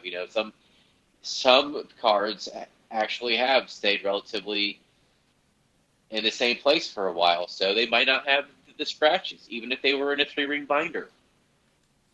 So I think it's as the time goes on, these near mint copies will be leaving the market, even for unlimited, and there will be less availability on the market, and just naturally it will slowly increase. Yep, it'll trickle up. I think what we're seeing with modern right now is just kind of extraordinary. I mean, Yeah, that's the demand. I mean, I think it's history repeating itself if you look at base set. This is how the hype was when Pokemon first released. And that's kind of what we're seeing in modern. Granted, it's more structured now with the alt arts and their rarity. I mean, if you spread out how much product is printed based on that rarity, it evens out to quite a few copies. But I mean, that's why they're doing it. They're just maintaining some sort of ultimate chase, even though the quantity open today is much higher.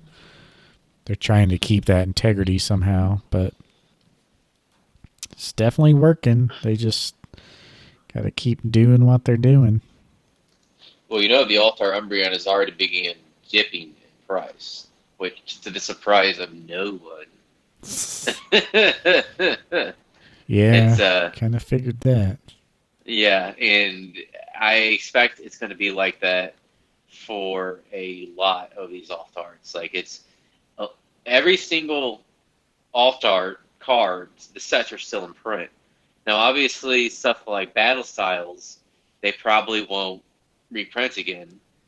But in general, if the card is still in print, and we know a bunch of cards just were submitted to grade for PSA after they release the bulk tiers, there's going to be in 6 months. There's going to be a flood of tens for alt arts. Now, it's obviously not going to crash the market, and I'm not saying that at all because it's definitely not going to do that. But it's definitely going to keep the price low. There's going to be enough circulation that will keep the price low for several years. Yeah, like I mean, for the PSA 10 Umbreon, it's basically under $1,000 now.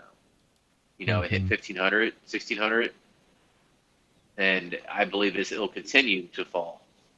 I think it'll go back down to like $600, $700. I think. Yeah, it's got some falling to do for sure. But I don't know. It's crazy. Who knows? Crazy. But yeah, I guess we'll jump on over. That pretty much does it for the main topic. Like I said, we're going to be spreading these out. You know, we want to do a few episodes in between just to not like have this be our only form of podcast for like 2 months or 3 months straight. But we'll have 2 to 3 episodes in between each one, and then we'll hit that. But yeah, I think the next one might be around the first of the year. It's probably what will end up happening. Yeah, I mean, if we spread them out like that, I mean, we're talking about going into the end of next year. You know, this is only episode 20, and we're going on a year. So if you spread like 6 of those episodes out, which will probably have 6 or more, you know, it's going to be lasting a while. I think by my count it was like 16 or something. I don't know. I don't know. It was more than that. It was quite a few episodes is all I remember, but especially if you include the promos we have planned. Yep. Like, yeah, we have planned about I know we talked about it before, the different era promos, you know, especially the last couple eras, and I can't wait for a few of those episodes. I really can't. But we have a lot, like, we have stuff that could take us basically until 2024. Yeah. Yeah, and you know, with other eras, you know, this was just Gen 1 because we didn't want to hit WotC as a whole. But, you know, for other eras like the EX, old school EX era, we might, you know, be able to do into 1 or something like that. But we'll let you know. It's going to be fun to talk about either way. Absolutely. I can't wait for the next one that we eventually do because it's Neo, and Neo, I've come to love Neo. I mean, I don't want to, you know, we kind of are starting to get a little ahead of ourselves, or I guess I am, but I can't wait to talk about Neo because I think Neo has a couple sets that are some of the best ever in Pokemon. Mm-hmm. All right. Should we hop over to the game? Isn't it the question? The questions. Yeah, I was going to leave it up to you. Oh, okay. So it's an either or. Was it a fluidity? Okay. We usually do questions first. Yeah, but let's just go ahead and do that then. All right. So I know you had a question in mind, and we had a couple topics or points that we wanted to make for it. So if you want to go ahead with yours, we can check that out. Yep. So one of mine I was going to say is, what are you hoping to see in the next era of Pokemon? Now, this doesn't necessarily have to just be the TCG. It could be the games because we haven't played, so it could include the games as well. Yeah, so what I was getting at when I was talking about the, you know, what was it, gym sets, and that, you know, the progression of the next big thing and how far it's come and how crazy it's going. Yeah, that's what worries me. I mentioned that it worries me. So I see from 2016, we were pretty much on the same path. Sets did have like 10 chase cards, but the chase cards were like easy ish to pull. And if you take 2016 to now, just the rate of which we've accelerated is just insane, especially with, V Star Universe. Like I said, it's just mind blowing that they just went from having alt arts just like a year and a half, 2 years ago to now having multiple alt arts and character rares. And with this last set, just, oh, you like character rares? Well, check this out. It's just insane. So I hope that they tone it back, actually. And what I want to believe is that, we've been ramping up because we're coming towards the end of Sword and Shield era. So it's the same Pokemon, so they had to spice it up a little bit. So I hope that when we go into Scarlet and Violet, it's toned down a little bit and that there's not much. People are just excited to collect because it's new Pokemon. And, that's kind of what they do. And that's usually how it goes. Like the base set version of you know, the new gen that comes out, it's usually like a bare bones set and they just feature the new Pokemon and that's it. So hopefully they tone it back and they just, get a fresh new thing. Just kind of, I just worry that this is not sustainable and we're going to go the way of Magic the Gathering, just exploiting our wallets over and over and over. But Yeah, I mean, it definitely could be it. Um, they do like to have sets towards if you look at especially the last few eras, all the way back to evolutions, even before, they like to go ham on that last set before the end of the era, don't they? Like, yeah, it's usually if like a you, special set and stuff like that. yeah, like if you look at their sets, so you have what is it, Hidden Fates, Evolutions. Well, it's gonna be like the V Star Universe or the Crown Zenith. You have Cosmic Eclipse for Sun and Moon, Evolutions for X Y, and I mean you have the Black and White Radiant collection for the Black and White series, and that one was a fantastic set. So they've been following that formula now for a little while, and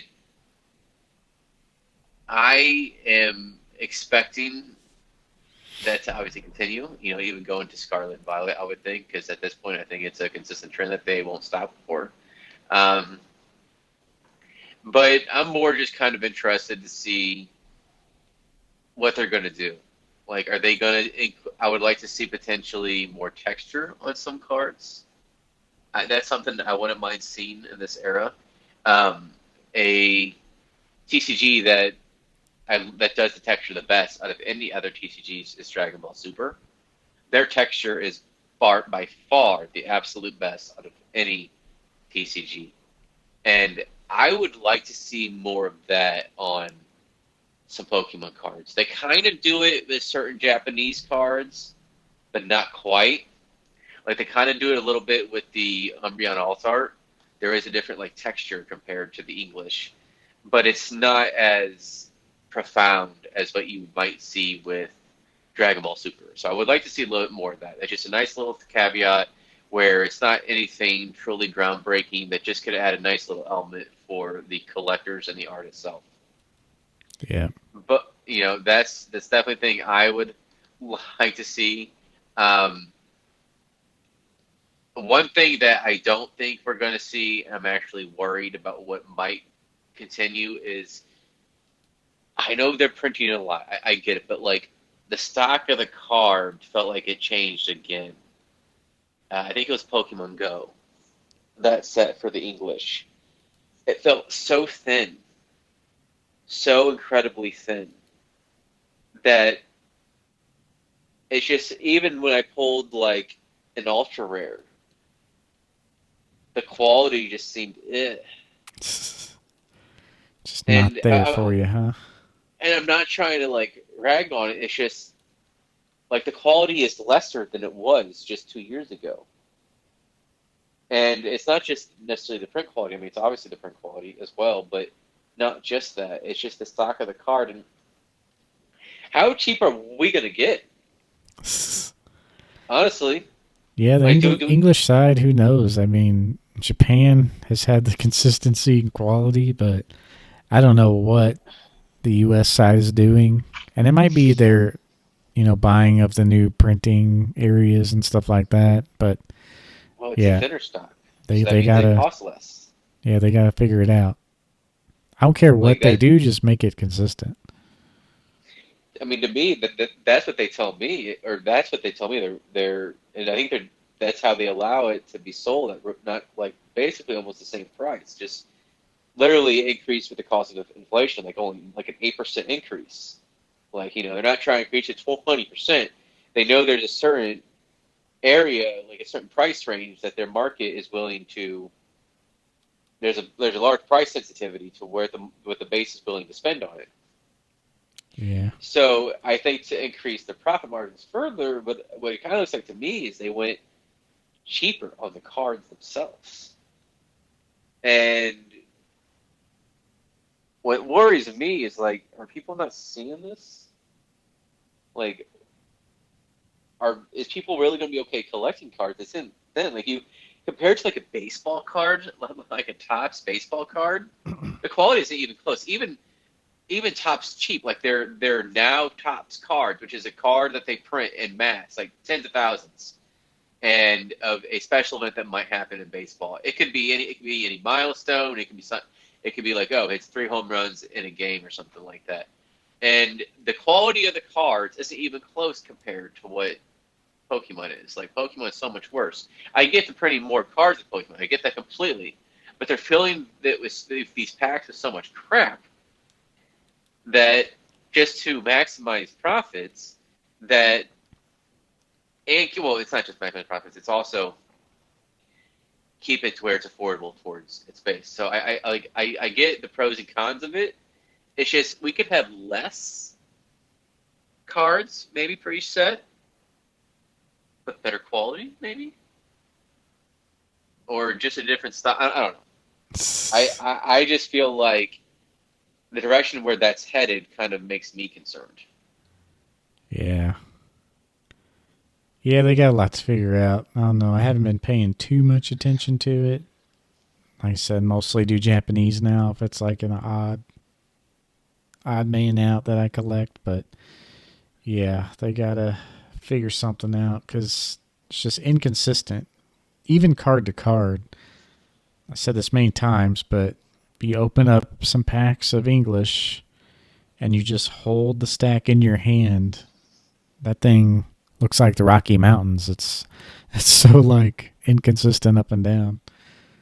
But Can get an OC cut off center big time card, yeah, and the whole box is like that.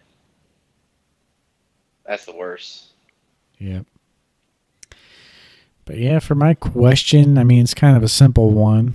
With, Magic the Gathering situation, do you see Pokemon benefiting in any way for like indirect competition failure?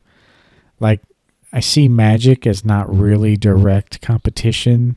The only way I see it is like, I think their demographics are much different. Magic is much older, Yes, Pokemon's much younger, but and then the older people in Pokemon are collecting and not really playing. So the younger people in Magic are just kind of not really existent. So well, the biggest thing that Pokemon now has going against it is the competitive aspect. There is, what would you say, is probably at minimum 2-to-1 collectors to players at minimum, probably closer to 3-to-1, and that so Pokemon fills the niche on the collector side, but where the room for competition comes at, especially with the Wizards of the Coast and Magic's incompetency, with how they're treating their base. They're they're trying to be too much like Pokemon. But by doing so, they're making to where a set deck costs $2,000, pricing out a good portion of their base, and they're doing a poor job marketing to the younger base. They're trying to make them like these special alt arts and stuff, and ultimately what it's doing is just driving up price instead, and it's making it harder for their people to play. And that leaves room for maybe Flesh and Blood will become the new Magic, because they're doing things pretty well. But it Magic has seemed to be coming like in a disarray. It's still right now probably top three I would still say, but it's starting to be borderline in terms of where it could go next with not getting new players. And now with so little Magic now on shelves, I'm seeing more Dragon Ball Super than I am seeing Magic on the shelves. Yeah. I think that's not a good sign for Magic going forth. And what I find interesting is the timeline of this occurring, and the in the shadows slowly emerging Disney Lorcana.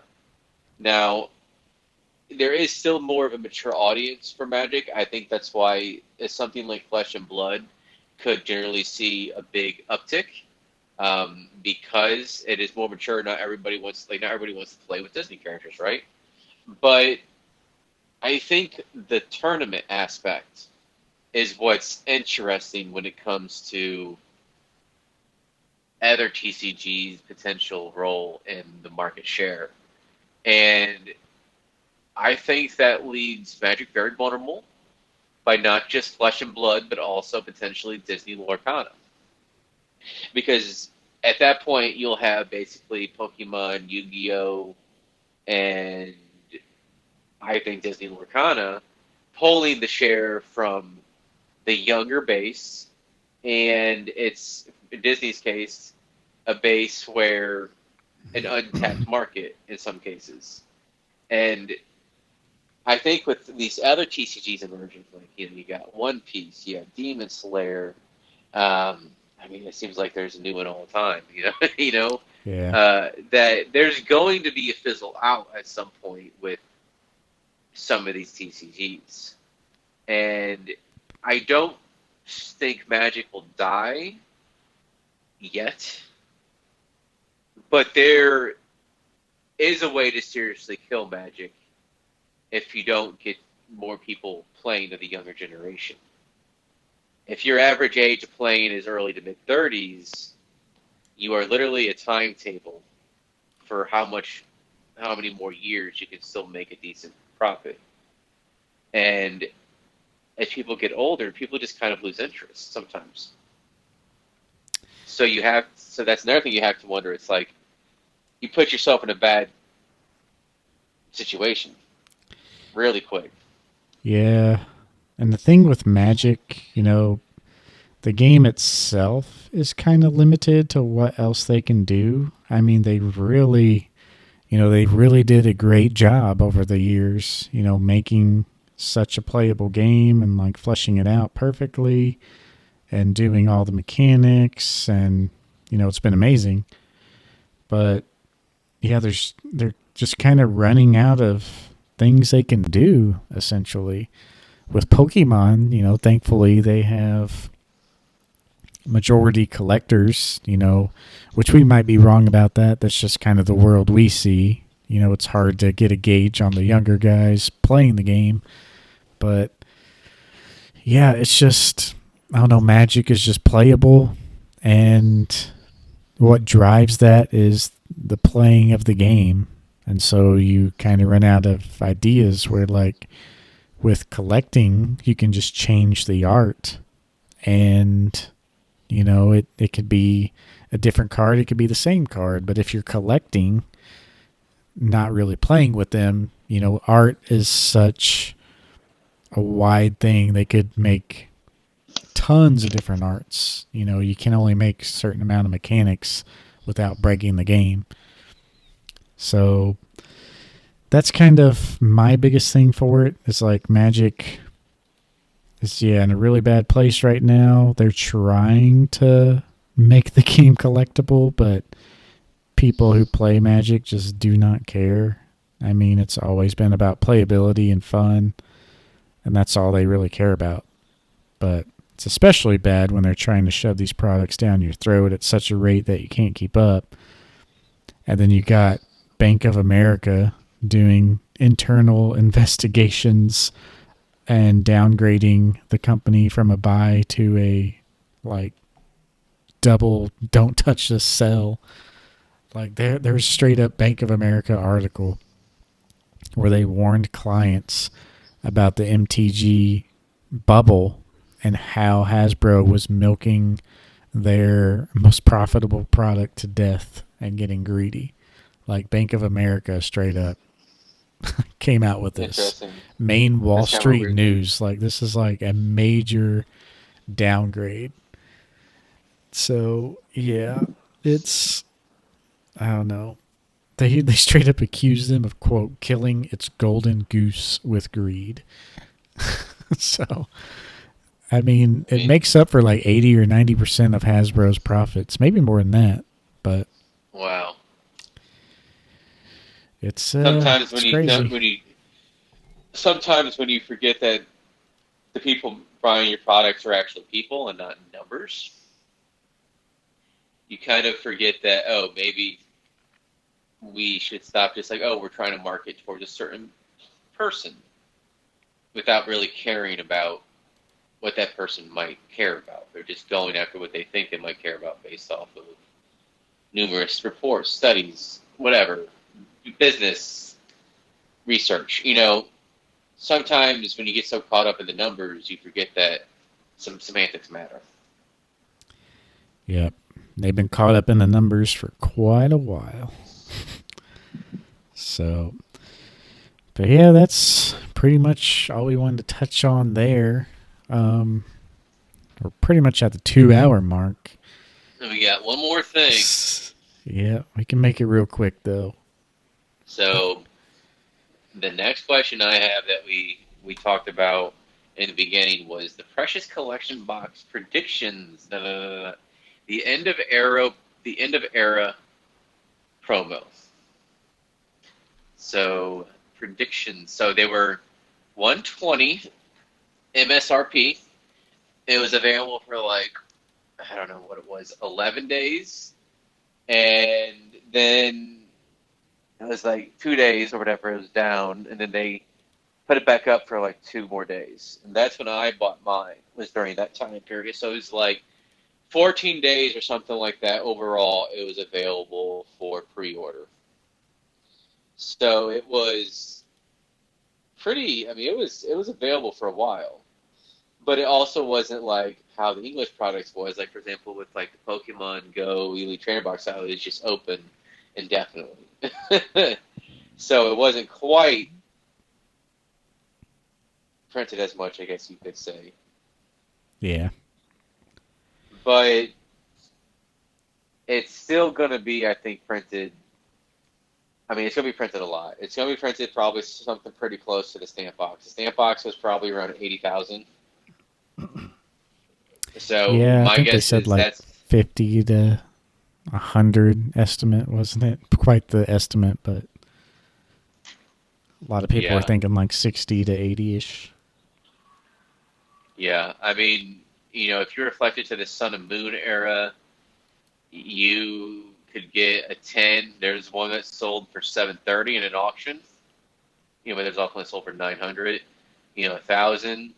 But then like the raw of it, you can get for like 500. Yeah. So I mean, and there's definitely more printed of this era than that era. So Yeah, that's something to consider. I think it's going to be pretty close to the stamp box with the BD looking back. Yeah, I think there's going to be more printed, and the pre-orders just kind of seem to stay open. So maybe they're making it to the pre-order numbers. But yeah, I think it'll be solid. if MSRP is like a little over 100, I think it's easy going to be like a $300 thing. It's just one of those things that it's solid, but it is kind of niche. It's not like the, celebrations with the UPC and the gold Charizard in there. It's Charizard. This is a little more niche, but it's going to be I think like a $200 to $250 raw card. And maybe as a sealed thing, like $300, $350. But it's a solid product either way. So those are my official numbers. I think you could potentially see the box go up to 400 and people realize, oh, that thing actually came out. But I agree. That's kind of where I see the card eventually falling to, is like 150, 200. Obviously, there's going to be a very high rate of 10s on this card because it is Japanese quality. And I won't be surprised, since they are making these as the crown jewel of this precious collection box, that the quality is going to be really good. Yeah. Because you're basically paying for the card, right? Because, the binder's cool, and so is the nice little frame to throw your card in if you want to, but the vast majority is the card. And their Japanese customers are going to expect quality from if you're paying basically mostly for the card. So I imagine a large percentage of the ones created will become a 10, just like the Beauty looking back. So they won't be too expensive even in a 10 either. For sure. But I think that's all. Maybe. Yeah. Yeah. I think that's all I really wanted to say about it. It is getting late. Scarlet and Violet are officially out for us right now. But I'll get it 10 a.m. tomorrow. Yep, I'll be trying to as well, and hopefully edit this video in a little downtime. Should be a good time. For sure. Can't wait for the next episode. All right, guys. Thank you for watching, and we'll see you then. Peace out, y'all. I'm about to pass out.